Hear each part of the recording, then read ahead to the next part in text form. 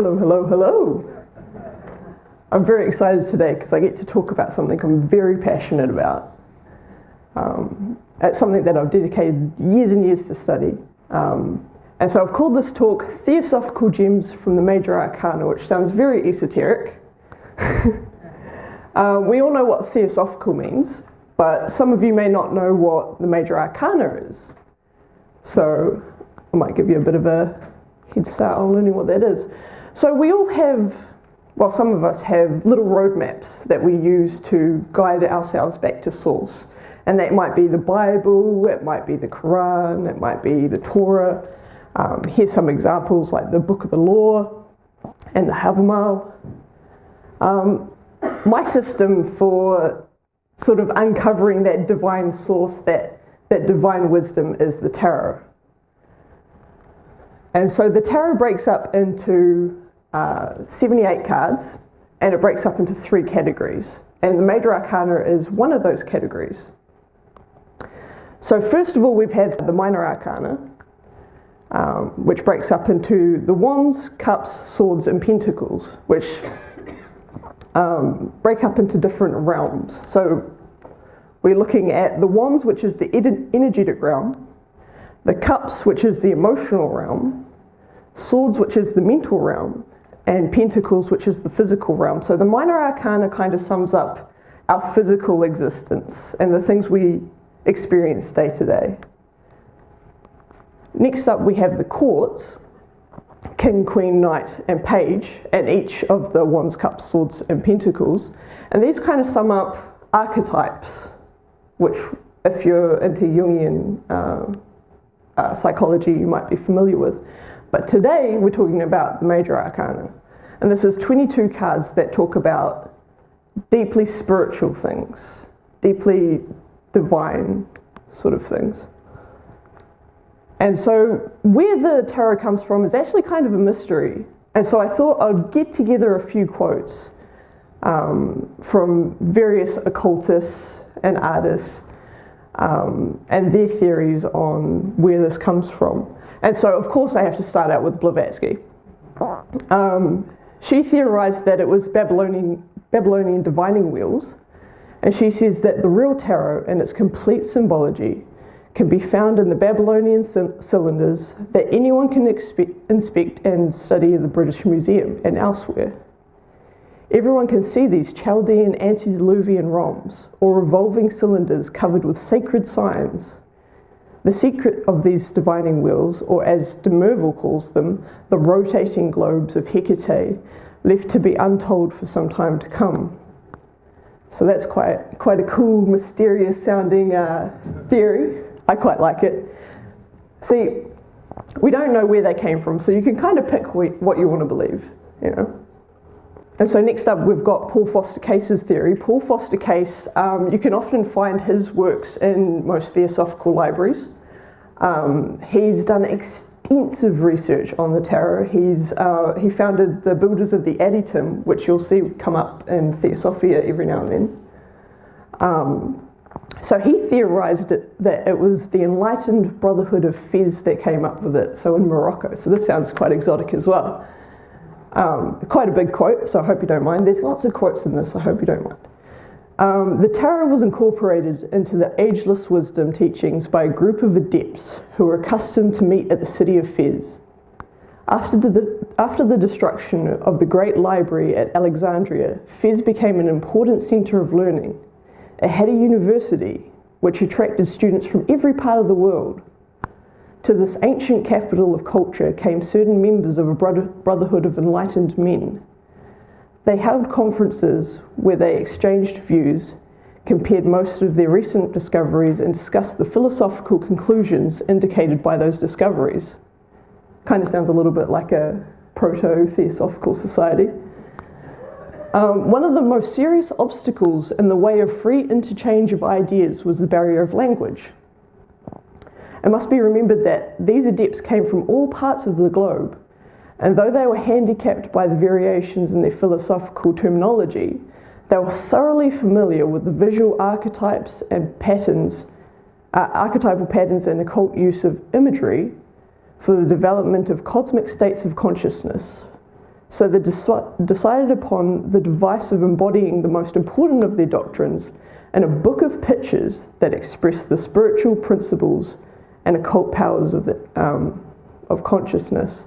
So that's quite a cool system. I quite like the idea of that. And I feel these theories, there might be an element of truth to all of them. Maybe these all happened. You know, maybe it started in Babylon and then travelled to Fez, and then maybe it was the Gypsies. So according to Papus, or Gerard Encausse, he also was a Theosophist. He was a member. I don't think he was high up in any of the ranks or anything, but he quotes, yes, the game of cards called the tarot, which the Gypsies possess, is the Bible of Bibles.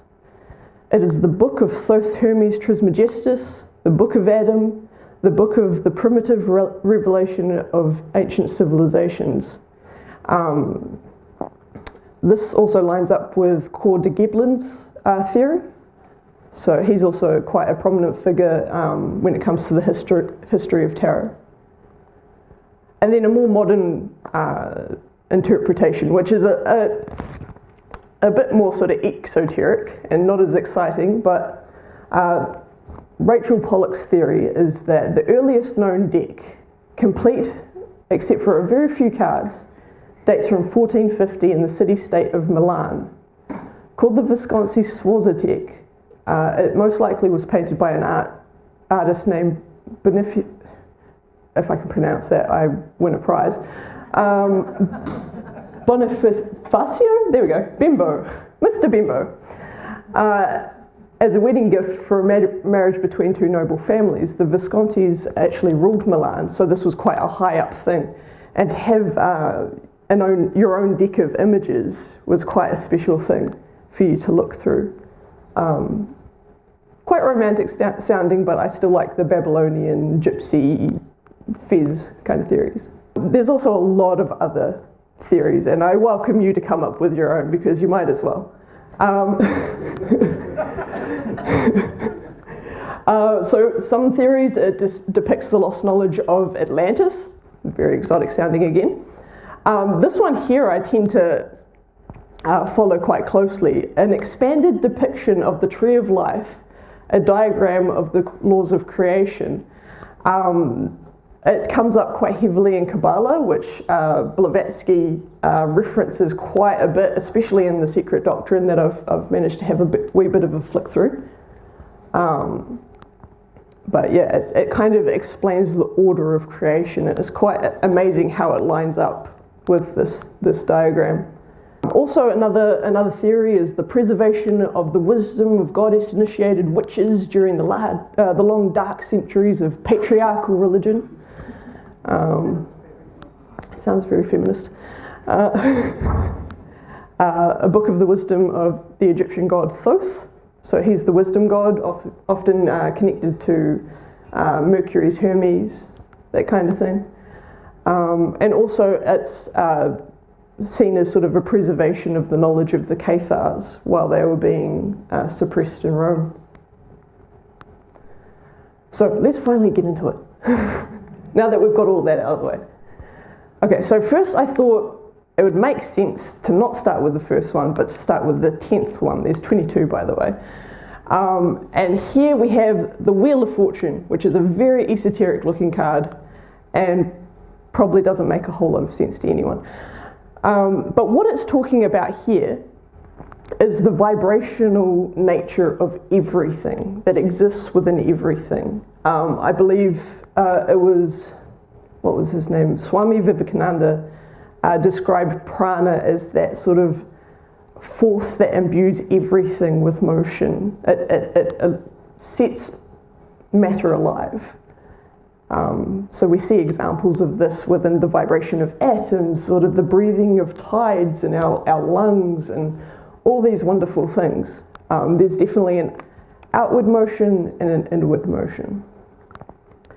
And so I thought I'd find a few quotes, because I seem to like quotes for some reason, from The Secret Doctrine and The Voice of the Silence that connect to this kind of idea. So in Cosmogenesis, stanza 1, 541, thus there is a regular circulation of the vital fluid throughout our system, of which the sun is the heart. The sun is contracting as rhythmically as every return of it, as the human heart does. Only instead of performing the round in a second or so, it takes the solar blood 10 of its years and a whole year to pass through its ventricles and ventricles before it washes the lungs and passes thence to great veins and arteries of the system. So we can kind of see this fractal idea of mimicry, of vibration and in and out motion. And then in the Voice of Silence, fragment 2, we have the wheel of the good law moves swiftly on. It grinds by night and day. The worthless husk it drives out from golden grain and the refuse from the flour. The hand of karma guides the wheel. The revolutions mark the beatings of the karmic heart. So there's another cyclic idea. And then we've got, reincarnation as well. So there's a lot of this thing going on. So I thought that would be a good one to start with, because that gives us the basis. Next one. Okay, so we're starting with the last card. The first card and the last card. And again, that big breath idea. I like the idea, instead of a big bang, there's a big breath, because it returns back to source. And so this is the beginning of the adventure, and this is the end of the adventure. And then it gets to start again. So here we have the Fool. This is technically the first card of the tarot. But it's not number 1, which is kind of weird. It's actually 0. And that represents the potential to be something rather than concrete something. It's the infinite potential within nothingness to be something. But really the card doesn't represent any one thing. It's also connected with the Hebrew letter Aleph, which is a silent letter. It's also, a lot of rabbis say that the first letter of the Torah is not Beit, it's Aleph, because it's the breath before the word. It's the thing that allows the word to be said. So he represents potential. And she represents that drawing back in. So these represent all the different elements coming back to source after their grand adventure, walking off the edge of the cliff and descending into matter. But there's this masculine outward, so he's beginning the adventure, he's going outward, and she's coming back in. So in the Secret Doctrine, so the father-mother spin a web whose upper end is fastened to spirit. The light of the one darkness, the lower one to its shadowy end, matter. This web is the universe spun out of the two substances made in one, which is an Indian word I can't pronounce. What's also interesting about these cards is these are the only 2 cards that are dynamic and in motion. The other cards look like they're sort of posed for photos. These are the dynamic cards. These are the ones that are really in motion. Again, in the Secret Doctrine, it expands when the breath of fire is upon it. It contracts when the breath of the mother touches it. So again, that. Then the sons dissociate and scatter and return to their mother's bosom at the end of the great day and re-become one with her. When it's cooling, it becomes radiant. And the sons expand and contract through their own selves and hearts. They embrace infinitude. So it's that fractal thing, which is cool. Talking about fractals, also within the feminine is the masculine feminine and the feminine feminine. And so we see examples of that here. So here we've got the high priestess, which represents that inner wisdom, that esoteric knowledge, that going within, and you can see that she's kind of got that Torah, that scroll of knowledge, sort of within her cloak. That's kind of symbolic, and also the stuff is hidden behind a veil, also esoteric knowledge, and you can kind of see a sea back there, or an ocean, or a body of water, and it's very still. So there's a depth of something there. And then with the Empress, we have her holding a wand out. She represents the masculine feminine, so she can go out and create. She's fertile, she's creative. Whereas often priest class people are celibate and they don't they're not creative in that way, where she goes out and she's got grain growing and water flowing. You can also draw the connection between the waters there, water being a feminine symbol. The water's moving and rushing and active, and the waters are still and quiet in the background there. So I thought those are interesting examples of the fractals within femininity. And then we've got the fractal masculine, which was worth mentioning as well. So the magician, he represents activity, that being able to outwardly manifest what you do. He's all the tools that he needs, and he can create anything. And then the hermit represents withdrawal and sort of drawing yourself back into that quiet space.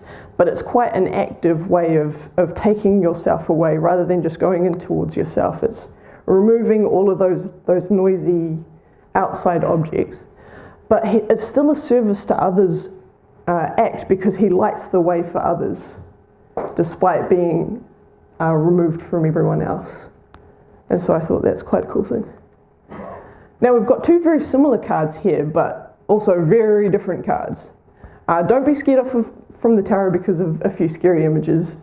The world obviously reflects both light and dark, and I think they need to be represented in everything.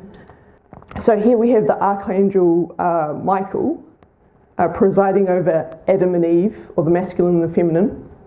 And then we have Baphomet, or however you refer to that one, residing above the masculine and feminine as well. So the lovers, in Hebrew, they represent the letter Zion, which is the sword. And that's the thing that divides things. It's this idea of duality, separation. So you divide one thing, it becomes two, which is what we all did with the source, is we were all one, and then it's an illusion, but we have the perception of dividing into multiples. However, we can become addicted to this idea, and that's kind of what the devil card represents here, is that over-attachment to the idea of, oh, I'm different from everything else, I'm not connected to anything else. So that's why they have the loose chains around their necks. So I like to present this as the divine illusion, because this illusion is the result of a grand experiment from the universe. I think it is something that is divine and to be enjoyed. But once you know it's an illusion, then you can fully enjoy it. Then you're not tricked by it. So in the Voice of Silence, which has got heaps of information on the divine illusion and sort of the path to enlightenment, I highly recommend it. It's awesome. It says, having become indifferent to objects of perception, the pupil must seek out the Raja of the senses, the thought producer, he who awakes illusion. That's cool. So that's kind of how to see beyond it. And then also worth mentioning is this hand symbol. That way. This is actually connected to the swastika, which we can see up the top there on our emblem. And there's a good section in the Secret Doctrine called the Hammer of Thor, which is, I thoroughly enjoyed this section. But it's sort of to do with it means solve et coagula, which is a Latin statement that means to break something down and then take those bits that remain and put them back together in a refined manner. And this is how the universe kind of works. So in the Emerald Tablets of Hermes, the uplifted right hand is inscribed with the word solve, the left with the word coagula. It is at one and the same time an alchemical, cosmogonical, anthropological, and magical sign with 7 keys to its inner meaning. It is the alpha and omega of universal creative force, evolving from pure spirit and ending in gross matter. It is also the key to the cycle of science, divine and human. And he who comprehends its full meaning is forever liberated from the toils of Mahamaya, the great illusion and deceiver. So once you understand that illusion, that devil no longer becomes the deceiver, but kind of a giver of wisdom in a way. you know? Which is kind of a beautiful thing, to be able to transmute something ugly into something wise. And on we move. So here we have the Tower and the Hanged Man. Here's two examples of the attainment of wisdom or enlightenment, but two very different methods. So the Tower represents sudden destruction.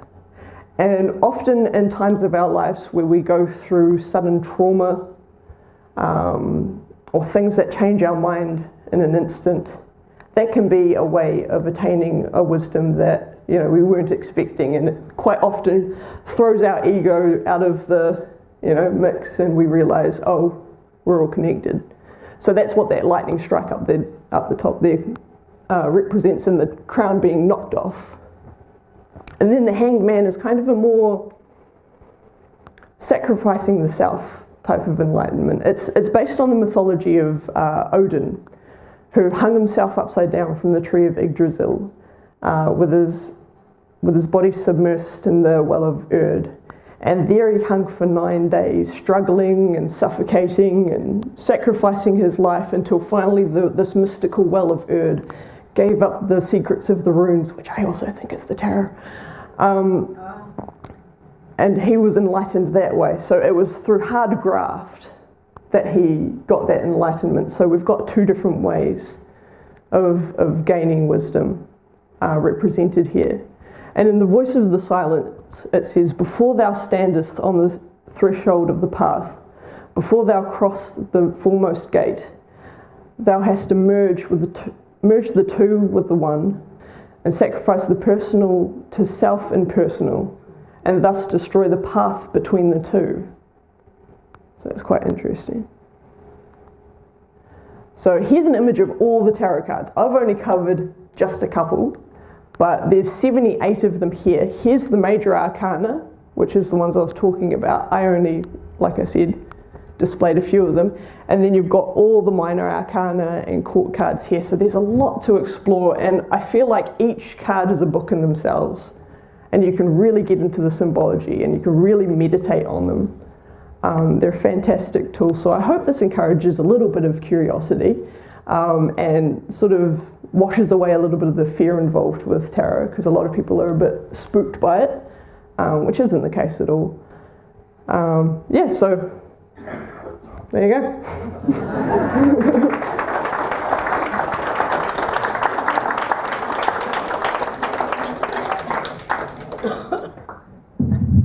Thank you, Kayla. That was fantastic, and I think it opened up quite a few questions for all of us, and something for us to delve into. Now we'll have time for a few questions. Right. Put my microphone back on then. I was trying to hide.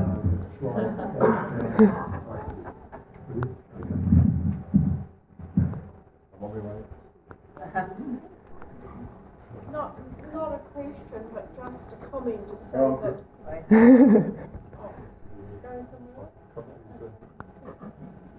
Do you want to share my mic? Oh, hi.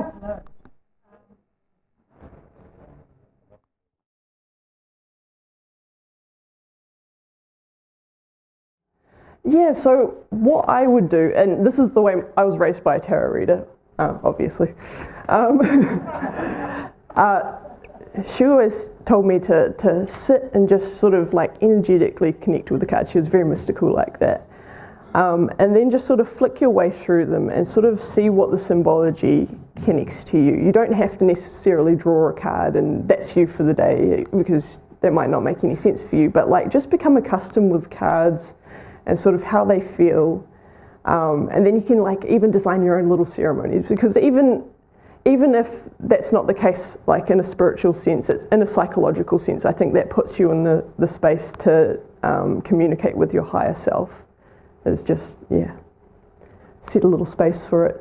But after you've sort of flicked through and sort of had a look that way, I would recommend like drawing one card rather than doing big tarot spreads and stuff like that. If you're just starting out, just one card a day.